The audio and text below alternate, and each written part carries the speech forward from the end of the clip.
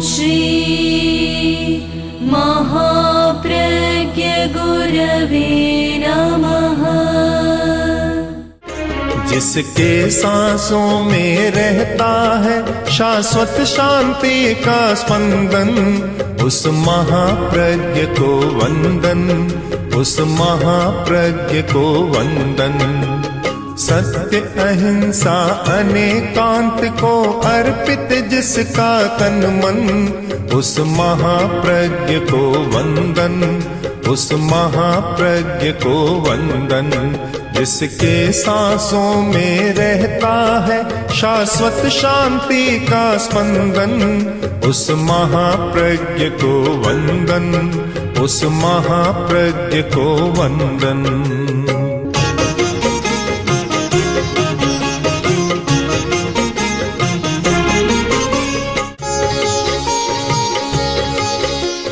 जहाँ लक्ष्मी है वहाँ सरस्वती नहीं, और जहाँ सरस्वती है वहाँ लक्ष्मी नहीं है।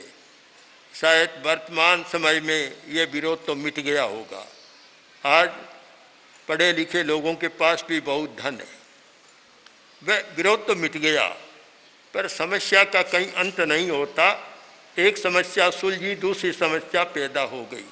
आज हम कह सकते हैं ये कठिनाई है, और हम सरस्वती के स्थान पर सरस्वती को बिठा दें तो लक्ष्मी के स्थान पर चरित्र को बिठा दें। अजमेर यूनिवर्सिटी के वाइस चांसलर आहूजा, इस आहूजा आ गई, जो स्वयं अर्थशास्त्री थी। बात चली और बातचीत के दौरान मैंने कहा, हम ऐसा सोच रहे हैं कि अर्थशास्त्र को आध्यात्मिक प्रधान बना दे, उसमें अध्यात्म की पुट लग जाए। तो उन्होंने कहा ये कैसे होगा? अर्थशास्त्र का आधार ही है कि इच्छाओं को बढ़ाओ, उत्पादन बढ़ाओ, विकास करो, सुविधाओं को बढ़ाओ, और अध्यात्म का होगा इच्छा कम करो, संयम करो। तो दो विपरीत दिशाएं हैं, काम कैसे होगा? मैंने कहा हो सकता है। इसका कारण है अनेकांत का दर्शन। एकांत दृष्टि से हम जाएं तब तो ठीक है, नहीं हो सकता, किंतु अर्थ और चरित्र दोनों जीवन के पक्ष ऐसे जुड़े हुए हैं कि अर्थ है चरित्र नहीं है तो अर्थ भी मनुष्य के लिए अनर्थकारी बन जाता है। शायद इसी संदर्भ में आद्य शंकराचार्य ने कहा होगा कि अर्थमनर्थम भावय नित्यम, कि चरित्रहीन अर्थ सबसे बड़ी अनर्थ का हेतु बन जाता है। और दूसरी ओर चरित्र तो है पर अर्थ नहीं है, तो शायद जीवन समस्या संकुल बन जाता है, जीवन की यात्रा ठीक से चल नहीं सकती। अनेकांत दृष्टि से दोनों का समन्वय, हमारी शिक्षा न केवल अर्थ की छत्र छाया में चले और न केवल चरित्र की छत्र छाया में चले, अर्थ और चरित्र दोनों में कोई विरोध नहीं है, इस एक नई अवधारणा की प्रस्थापना करी। अनेकांत का सिद्धांत है कि विरोधी तत्व भी एक साथ रह सकते हैं। मैं मानता हूँ सह अस्तित्व का जो सुंदर सूत्र दिया था वह अनेकांत का मूल सूत्र है कि दो विरोधी धर्म एक साथ रह सकते हैं।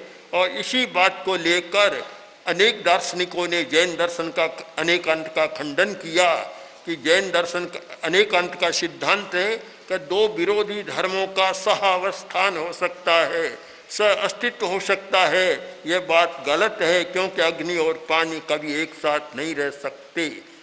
खंडन किया आचार्य शंकराचार्य ने भी इसकी मीमांसा की, औरों ने भी की है। किंतु मैं मानता हूँ कि दो विरोधी धर्म एक साथ रह सकते हैं, सह अस्तित्व में कोई विरोध नहीं होता। वास्तव में वस्तु में विरोध नहीं है। दर्शन शास्त्र में एक माना जाता है सामान्य गुण और एक विशेष गुण। विशेष गुण दो एक साथ नहीं रह सकते। चेतन अचेतन ये दो गुण एक साथ नहीं मिलते, किंतु सामान्य गुण है, अस्तित्व है, वस्तुत्व है, प्रमेयत्व है, आदि आदि, जितने सामान्य गुण हैं वे एक साथ रह सकते हैं और उनका सहावस्थान हो सकता है। एक बार आचार्य तुलसी दिल्ली में विराज रहे थे, डॉक्टर राजा रमन्ना आए और बोले, आचार्य जी मेरे मन में अनेकांत और शाद्वाद को समझने की प्रबल इच्छा है, कभी मौका नहीं मिला, अवसर नहीं मिला, प्रबल जिज्ञासा है। आचार्यवर ने मुझे कहा इनसे बात करो। हम लोग बैठे और बात की, लगभग 1 घंटा बात की और मैंने प्रारंभ यहीं से किया कि अनेकांत का दृष्टिकोण है कि सर्वथा विरोध किसी में नहीं है, सब एक साथ रह सकते हैं, सह अस्तित्व हो सकता है, और जिसको हम विरोधी मानते हैं वह भी सर्वथा विरोधी नहीं है, सर्वथा विरोध का सिद्धांत सम्मत नहीं है। दो विरोधी बातें, दो विरोधी गुण, दो विरोधी धर्म एक साथ रह सकते हैं। जैसे ये बात बतलाई और उन्होंने पहली प्रतिक्रिया क्या, इट इज़ वेरी साइंटिफिक, ये तो बहुत वैज्ञानिक बात है। और 1 घंटा की बात में उन्होंने लगभग 20 बार इस बात को दोहराया होगा। रह सकते हैं। हमने ये जो अलगाव कर दिया कि शिक्षा अलग और चरित्र अलग, शायद शिक्षा के जगत में भयंकर भूल हुई है कि दोनों में भेद रेखा खींच दी। शिक्षा का काम व्यक्ति को पढ़ाना नहीं होता। हमने मान लिया कि हम किसी व्यक्ति को पढ़ाते हैं। शिक्षा का काम है कि एक आवरण है, उस आवरण को हटा दो, ज्ञान तो भीतर से प्रकटेगा। ज्ञान का स्रोत तो हमारे भीतर है, भीतर से आएगा। अगर ज्ञान का स्रोत भीतर न हो और आप शिक्षा देकर किसी को विकसित करना चाहें, बौद्धिक बनाना चाहें, तो एक पत्थर को सामने रखकर उसको आप पढ़ाइए, सारी आपकी टेक्नोलॉजी तकनीकें लगा लें, पर पत्थर में ज्ञान विकसित नहीं होगा, क्योंकि उसमें क्षमता ही नहीं है। सबसे पहले हमें निर्णय करना होता है क्षमता का, क्षमता भीतर है। तो फिर शिक्षक और शिक्षा पद्धति का काम है, शिक्षा के साधनों का काम है कि उस अर्हता पर, क्षमता पर एक आवरण है, उस आवरण को हम हटा दें और ज्ञान भीतर से प्रगटेगा। अगर शिक्षा किसी को विद्वान बनाए तब तो दुनिया में 100, 200, 400 आदमियों के नाम ही क्यों है, पढ़ने वाले तो करोड़ों हैं, पर नाम उन लोगों के क्यों कि जिनमें क्षमता थी वह विकसित हो गई। ये क्षमता का जो अपना तारतम्य है, हमारा काम तारतम्य को मिटाना नहीं, मिटा भी नहीं सकते, किंतु जो आवरण है, जो अव्यक्त है, उसको व्यक्त कर देना और आवरण को हटा देना, यह हो गया हमारा अज्ञान का निवारण और ज्ञान का विकास का रास्ता खुल गया। किंतु जीवन का पक्ष केवल ज्ञान नहीं है, ज्ञान अलग है। कर्मशास्त्रीय दृष्टि से मनुष्य की क्षमताओं का विभाजन किया गया, तो फिर उसमें 4 बातें मुख्य आई। एक ज्ञान का आवरण, एक दर्शन का आवरण, एक मोहनीय और एक अंतराय। ये 4 हमारे सिद्धांत हैं। ज्ञान का आवरण है, शिक्षा के द्वारा ज्ञान के आवरण को दूर किया जा सकता है, किंतु मोह को दूर नहीं किया जा सकता। और आपको ज्ञात रहना चाहिए, चरित्र का संबंध ज्ञान के साथ नहीं है, चरित्र का संबंध है मोह के साथ। जिसका मोह जितना शांत उतना ही उसका चरित्र अच्छा होगा, और मोह जितना प्रबल है, इमोशन जितने प्रबल हैं, संवेग जितने उत्कट हैं, चरित्र का ह्रास उतना ही ज़्यादा हो जाएगा। तो हमारा दूसरा पक्ष है मोह का उपशांत करना। ज्ञान का आवरण हटा, आदमी में जानने की क्षमता बढ़ गई, सोचने की क्षमता बढ़ गई, और उसका एक पूरा पक्ष है जो जैन न्याय में जिसे कहते अवग्रह है, ईहा, अवाय, धारणा, स्मृति, प्रत्यभिज्ञान, तर्क और अनुमान। एक पूरी श्रृंखला है कि पहले हर कोई व्यक्ति अवग्रहण करेगा, सामने कोई वस्तु आएगी उसका अवग्रहण करेगा। अब अवग्रह के बाद ईहा पर्यालोचना शुरू हो जाएगी, फिर उसका अवाय होगा, निर्णय होगा, निश्चय होगा कि ये क्या है। फिर धारणा, हम धारणा हो जाएगी, संस्कार बन जाएगा और वह धारणा लंबे समय तक रहती है और निमित्त पाकर उसकी स्मृति हो जाती है, प्रतिविज्ञान होता है, हमारी पहचान होती है और हमारी तर्क करने की शक्ति और अनुमान करने की शक्ति विकसित हो जाती है। ये पूरी एक ज्ञान की श्रृंखला है, हमारा ज्ञानात्मक पक्ष है। इसमें चरित्र का कहीं संबंध नहीं आया। हमारी जानकारियाँ बढ़ गई, हमने ज्ञेय को जानना शुरू कर दिया कि ज्ञेय है जो ज्ञान के द्वारा जाना जा सकता है। अब चरित्र का पक्ष कहाँ से आएगा? वह हमारा भावात्मक पक्ष है। हमारे मस्तिष्क में ज्ञान के प्रकोष्ठ अलग हैं और भाव के प्रकोष्ठ अलग हैं, हमारी भावधारा अलग है जिसके साथ चरित्र का संबंध है। हमने प्रेक्षा ध्यान में इस भाव पक्ष की पहचान की है हृदय से। हमारा भारतीय शब्द है हृदय। और आपको आश्चर्य होगा कि आयुर्वेद ने 2 हृदयों का सिद्धांत मान्य किया है। बहुत नई बात हमें मिली, 2 हृदय। एक हृदय तो यह है जो रक्त की सफाई करने वाला है, पंपिंग करने वाला है, और एक हृदय हमारे मस्तिष्क में है। ये आज की बात मैं नई बात नहीं बता रहा हूँ, शायद हजारों वर्ष पहले आयुर्वेद के सिद्धांतों में स्थापित जो खोज है उसकी बात बता रहा हूँ। 2 हृदय। हम लोग कहते थे कि यह हृदय, यह हमारा भाव पक्ष नहीं हो सकता, यह तो भाव से प्रभावित होने वाला है। भाव पक्ष कोई दूसरा हृदय है। हमारे यहाँ चलता है हृदय परिवर्तन, हृदय प्रभावित करो, हृदय की बात है। वह हृदय यह हृदय नहीं है, वह हृदय है हमारा भाव पक्ष। एक बार हमने अहमदाबाद में, वहाँ के एक प्रमुख वैद्य थे, वहाँ हमारी प्रेक्षा ध्यान की गोष्ठी थी और वहाँ मैंने जब ये बात रखी, वे उठे और तत्काल एक लेख ला कर दिया कि अभी मैंने हृदय पर लेख लिखा है, जो कि मस्तिष्क में हृदय होता है, आयुर्वेद का एक लेख। अगर हम उसकी पहचान करें तो हाइपोथैलेमस से पहचान हो सकती है कि हाइपोथैलेमस है वह हमारा मस्तिष्क की हृदय है, तो वह भाव पक्ष है। चरित्र का संबंध हमारे भाव पक्ष के साथ और जानकारियों का, सूचनाओं का पक्ष हमारे ज्ञान पक्ष के साथ। आज की समस्या यह है कि ज्ञान पक्ष तो बहुत प्रबल है, अज्ञान मिटाने के प्रयत्न भी बहुत सघन है, किंतु मोह को विलीन करने का, मोह विलय के और मोह को उपशांत करने के प्रयत्न बहुत कमजोर हैं। इसीलिए शिक्षा के साथ चरित्र का अलगाव सा हो गया। लोग पढ़े लिखे आते हैं पर चरित्र कम दिखाई देता है, कारण कि उसके साधन ही नहीं मिले, उसकी साधना ही नहीं मिली, उसकी सामग्री नहीं मिली।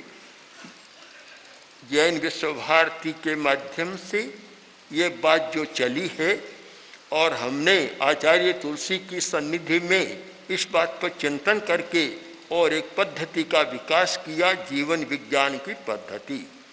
वह जीवन विज्ञान की पद्धति, उसका बौद्धिक पक्ष तो कम है क्योंकि बौद्धिक पक्ष तो चल रहा है। इसलिए विद्या संस्थानों से अलग बौद्धिक विकास की हमें कोई अपेक्षा नहीं लगती, किंतु उसका भावात्मक पक्ष प्रबल है कि कैसे भाव पक्ष को प्रबल किया जाए, कैसे भाव शुद्धि का प्रयोग किया जाए और कैसे चरित्र का विकास किया जाए। उसकी जो एक आध्यात्मिक, वैज्ञानिक, शरीर शास्त्रीय, मानस शास्त्रीय, अध्यात्म शास्त्रीय सभी पद्धतियों का एक समन्वित रूप वह जीवन विज्ञान की पद्धति है। और आज वह पद्धति जनमान्य होती जा रही है कि बिहार के जो शिक्षा, प्राथमिक शिक्षा के मंत्री हैं रामचंद्र पूर्वे, जो इससे बहुत प्रभावित भी है। उनका संवाद भी मिला कि मैंने तो आदेश दे दिया और वह बाहर आने वाला है, और उसके आते ही 54,000 विद्यालयों में जीवन विज्ञान की प्राथमिकता चालू हो जाएगी। तो ये व्यापक हो रहा है, क्यों? लोगों को फल मिल रहा है कि जो भी जीवन विज्ञान का प्रशिक्षण लेते हैं उनका चरित्र बदल जाता है, उनमें विनम्रता आती है, सहन करने की शक्ति आती है, बड़ों के प्रति सम्मान की भावना आती है, संयम और त्याग के प्रति चेतना जागृत होती है, आदि आदि गुणात्मक विकास। यह गुणात्मक विकास भावात्मक विकास से जुड़ा हुआ है, और बौद्धिक विकास हमारे ज्ञान से जुड़ा हुआ है। अब हमारी एक समस्या है, और दूर संचार शिक्षा की भी एक समस्या है, कि अगर हमें पाठ ही पढ़ाना हो तो फिर बहुत अच्छा है कि हम दूर से पढ़ा सकते हैं किसी को, किंतु जहाँ भाव परिष्कार के प्रयोग कराने हो उसके लिए हमें नए तरीके खोजने होंगे कि वे कैसे कराई जाए। एक सामने है कि आसन एक्यूरेट, बिल्कुल ठीक सही तरीके से प्राणायाम, जो सारी योग की पद्धतियां हैं, और अनुप्रेक्षा के प्रयोग। मैं मानता हूं कि ध्यान के प्रयोग बड़े महत्वपूर्ण है, किंतु हमने अनुभव किया कि प्रकृति परिवर्तन, स्वभाव परिवर्तन, आदत परिवर्तन, नए गुणों का विकास और नई क्षमताओं का, चारित्रिक क्षमताओं का प्रत्यारोपण किया जा सकता है मस्तिष्क में, और उसका शक्तिशाली माध्यम है अनुप्रेक्षा। अनुप्रेक्षा के प्रयोग ये यद्यपि कराए जाते हैं, पर अभी एक कठिनाई है कि उसके लिए हमारे प्रशिक्षकों को जाना ही पड़ता है। कॉन्टेक्ट क्लास के लिए 1 महीना, वे सब तो वहाँ विश्व भारती में आ नहीं सकते, तो स्थान स्थान पर केंद्र बने हुए हैं और वहाँ जाना पड़ता है। पर वह भी एक समस्या है, हम उस समस्या से भी जूझ रहे। मैंने इस वर्ष भी कहा था, जाने में हमारे प्रशिक्षक हैं वो ज़्यादा जाती हैं समणियाँ ये प्रशिक्षण देने के लिए। मैंने कहा जैसे विस्तार हो रहा है, हमारे पास समणियों की संख्या असंख्य तो है नहीं, 1000 10,000 तो है नहीं, सीमित संख्या है। प्रशिक्षकों की संख्या भी सीमित है। इस सीमित संख्या में इस व्यापक कार्यक्रम का कैसे किया जाए, और जब हमारा ये भावात्मक पक्ष पूरा सुसंस्कृत नहीं होता, इसका विकास नहीं होता, तो फिर हमारा ये प्रयत्न और चालू विद्यालयों का प्रयत्न दोनों में कोई अंतर नहीं रह पाएगा। ज्ञान पक्ष की हमारी कोई समस्या नहीं है, इसकी समस्या है यद्यपि सैकड़ों प्रशिक्षक तैयार हैं, कुछ रिसोर्स पर्सन भी हैं, किंतु फिर भी अपर्याप्त है, बहुत कम है, बहुत कम। जिस प्रकार दूर संचार या शिक्षा बढ़ रही है, और अब जब जो जैनोलॉजी, जीवन विज्ञान, दोनों विषयों में अंग्रेजी का कोर्स और आ रहा है, और पत्राचार से और विदेशों में उसकी मांग हो रही है। अब विदेशों में कहाँ कहाँ उनको ट्रेनिंग देने के लिए या कहाँ कहाँ केंद्र खोले जाएंगे, प्रशिक्षण के केंद्र, ये समस्या है। तो जब हम इस समस्या पर विचार करते हैं दूर संचार की शिक्षा पर, तो हमें इस समस्या पर भी गहराई से विचार करना होगा, तो इसका समाधान कैसे खोजें। अच्छा तो यह हो कि जितने विद्यालय हैं जहाँ जीवन विज्ञान के प्रयोग चलते हैं, वहाँ उसी विद्यालय के 2-4 प्रशिक्षक वे ही तो प्रशिक्षण दे, वे उनकी परीक्षा ले, उनकी ट्रेनिंग करे, और वही केंद्र उनका ट्रेनिंग का या कॉन्टेक्ट क्लास का केंद्र बन जाए, तो फिर कोई समाधान थोड़ा बहुत हो सकता है। इसलिए इस समस्या पर विचार करना है, और आज विचार के लिए गोष्ठी है। और प्रोफेसर व्यास जो हमारे बहुत परिचित हैं, दार्शनिक जगत के प्रख्यात व्यक्ति हैं, और बार बार इनसे हमारा संपर्क रहा, आचार्य तुलसी से भी बहुत संपर्क रहा, और इस विषय में संलग्न है। तो मैं सोचता हूँ कि हमारे साधु साध्वियाँ और प्रोफेसर व्यास या दूसरे संभागी जितने हैं, ऐसे कोई तरीके खोजें, उपाय खोजें, जिन उपायों से दूर संचार की शिक्षा भी रेगुलर पाठ्यक्रम से अप्रभावी न रहे, कम प्रभाव वाली न रहे, किंतु और ज़्यादा सुविधा कारक बन जाए और उसके प्रति आकर्षण बढ़ जाए, तो मैं मानता हूँ कि आज का ये गोष्ठी का चिंतन बहुत लाभदायी और बहुत सफल रहेगा। और हर समस्या का समाधान हमें खोजते रहना चाहिए। समस्या आए, समस्या आती है और लगती है बहुत बड़ी समस्या है, पर कब तक? कि जब तक समाधान न खोजें। अंधेरा बहुत गहरा है, कब तक है? कि जब तक डे लाइट या बल्ब न जग जाए या दिया न जल जाए। पुरानी भाषा में दिया जला और कितना ही सघन अंधेरा है, प्रकाश हो जाएगा। समस्या का उपाय होता है, हर समस्या का उपाय है, हम उपाय की खोज करें। बस मैं इस बात को संपन्न करूं छोटी सी कहानी के साथ। एक आदमी बीमार था, धनी आदमी था, बीमार हो गया। पुराने जमाने में डॉक्टर तो थे नहीं, बड़े बड़े वैद्य थे और वैद्य भी बड़े प्रभावी होते थे, बड़े चमत्कारी थे। कुछ बातों में तो आज के डायग्नोसिस के सारे साधनों को मात कर देते हैं एक नाड़ी के द्वारा। ऐसे धुरंधर वैद्य थे, बुलाया गया, आए सब, दवा दी, कोई काम नहीं हो रहा है क्योंकि पथ्य नहीं रख रहा है। एक वैद्य को बुलाया, बड़ा अनुभवी वैद्य था, आया और रोगी आदमी ने, सेठ ने कहा, वैद्य जी क्यों आए हो, क्यों आए हो? आप कहेंगे दही छोड़ दो तब दवाई देंगे ठीक होगा, मैं दही छोड़ नहीं सकता, इसे क्यों फालतू प्रयत्न करते हो, चले जाओ। उसने कहा, रे किसने कहा दही छोड़ दो, पहले क्यों बकवास करते हो, किसने कहा दही छोड़ दो? कि सब वैद्य कहते हैं कि तुम्हारे खांसी की बीमारी है, दही छोड़ो तो दवा काम करेगी तो नहीं करेगी। बोला जानते नहीं, अनुभव नहीं है, मैं तो कहता हूँ 1 किलो खाते हो तो डबल खाओ, 2 किलो खाना आज। कि तब तो बैठो आप, तब बैठो, बिठा लिया, अच्छा है। अब बोलो बात, वैद्य एक प्रश्न है, दवा तो बाद में देना, पर मेरा एक प्रश्न है पहले कि जितने वैद्य आए सब ने कहा दवा देंगे पर दही छोड़ो तो दवा काम करेगी, आप कहते हैं डबल खाओ, ये उल्टी गंगा कैसे बही? उन्होंने कहा तुम समझते नहीं हो, वैद्य भी समझते नहीं है, क्योंकि खांसी है और खांसी में देखो दही खाने से कितने लाभ होते हैं। खांसी में दही खाने से कासे ददनो भोजने ने लाभा संति त्रयोध्रुवम, 3 लाभ तो हमारे प्रत्यक्ष है, और भी पता नहीं कितने लाभ है। क्या कि खांसी में दही खाओ, कुत्ता कभी नहीं काटेगा, कुत्ता नहीं काटेगा, कितना बड़ा लाभ है। कि कैसे? कि खांसी में दही खाओगे तो लाठी लिए बिना चल नहीं सकोगे, तो अब पास में लाठी है तो कुत्ता नहीं काटेगा। दूसरा लाभ इससे भी बड़ा है कि कभी घर में चोरी नहीं होगी, चोरी नहीं होगी। क्यों? कि रात भर खांसते रहोगे, चोर बेचारा आएगा ही नहीं, और बूढ़ापा नहीं सताएगा। खांसी में दही खाता उसको बूढ़ापा नहीं सताता, पहले ही हरे राम हो जाता है, राम राम सत हो जाता है। ऐसा होता है क्या? ऐसा होता है। तब तो वैद्य दही नहीं खाऊंगा।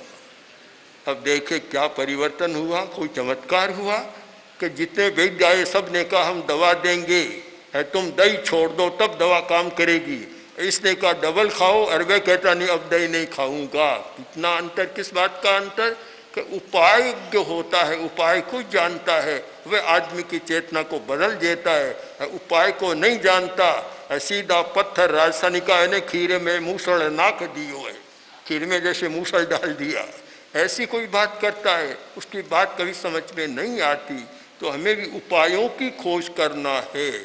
मानता हूँ सबसे बड़ी बात है उपायों की खोज, और आचार्य तुलसी का ध्यान हमेशा रहा हम नई विचार, नए तकनीक, नई खोज, नए उपाय खोजते रहें, है उसका परिणाम है। तो अब जो जो समस्याएं हमारे दूरसंचार शिक्षा में आ रही है, इस संगोष्ठी में उन समस्याओं का समाधान करने नए नए उपाय हम खोजें, और इतने अच्छे अच्छे विद्वान लोग मिले, मुझे विश्वास है कि अवश्य कोई ऐसा प्रशस्त मार्ग मिलेगा जिससे ये काम समस्या से मुक्त रहकर एक समाधान कारक बन सकेगा। ओम अर्हत्। ओम श्री महाप्रज्ञ गुरवे नमः। ओम श्री महाप्रज्ञ गुरवे नमः। ओम श्री महाप्रज्ञ गुरवे